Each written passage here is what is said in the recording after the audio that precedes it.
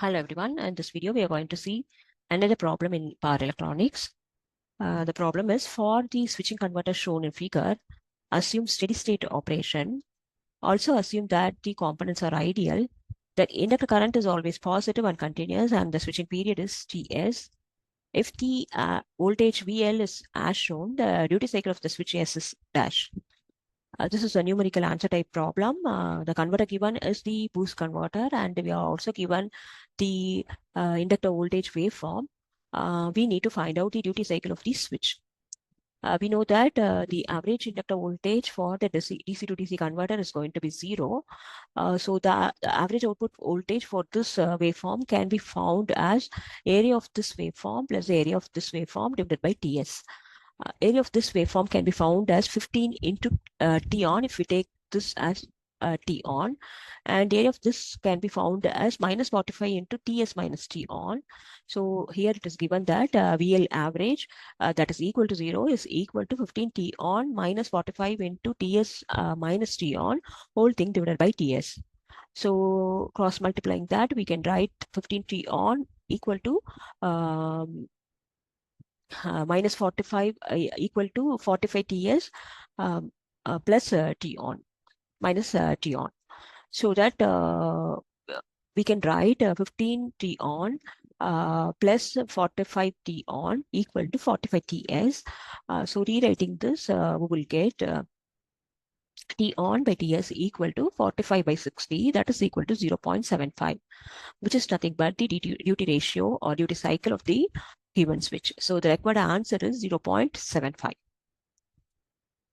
Now we are going to see another problem, one more problem.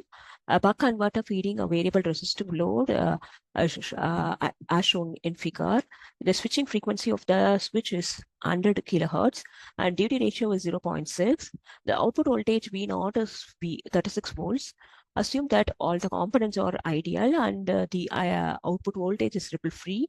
The value of R in ohm that will make the inductor current IL just continuous is dash. So this is the given converter, which is given as buck converter. And for the buck converter, we need to find out the value of resistance R that makes the inductor current just continuous. That is nothing but the value of R corresponding to the junction between the continuous and the discontinuous conduction mode will be the required answer, is the required answer. So what we need to find here in the circuit, we are given the input voltage value, the inductor value, and the voltage across the capacitor, which is nothing but your output voltage value, which is 36 volts. We need to find out the R value. This is the variable resistance given. We need to adjust this resistance to that value, which makes a given inductance critical inductance. So critical inductance is the inductance that makes the inductor current just continuous. So if we use the formula of critical inductance of buck converter, then we can find out the value of R. We know that for buck converter, the critical inductance is given by R into 1 minus K divided by 2F, where K is the duty ratio or duty cycle, R is the load resistance, and F is the switching frequency. Here we are given the L value. This L value, now we have to take this L value as LCR because we are adjusting R to make this L as critical resistance. So 5 millihenry is equated to R into 1 minus 0.6. 0.6 is the duty ratio given, divided by 2 into F is given as 100 kilohertz, so 100 into 10 power 3.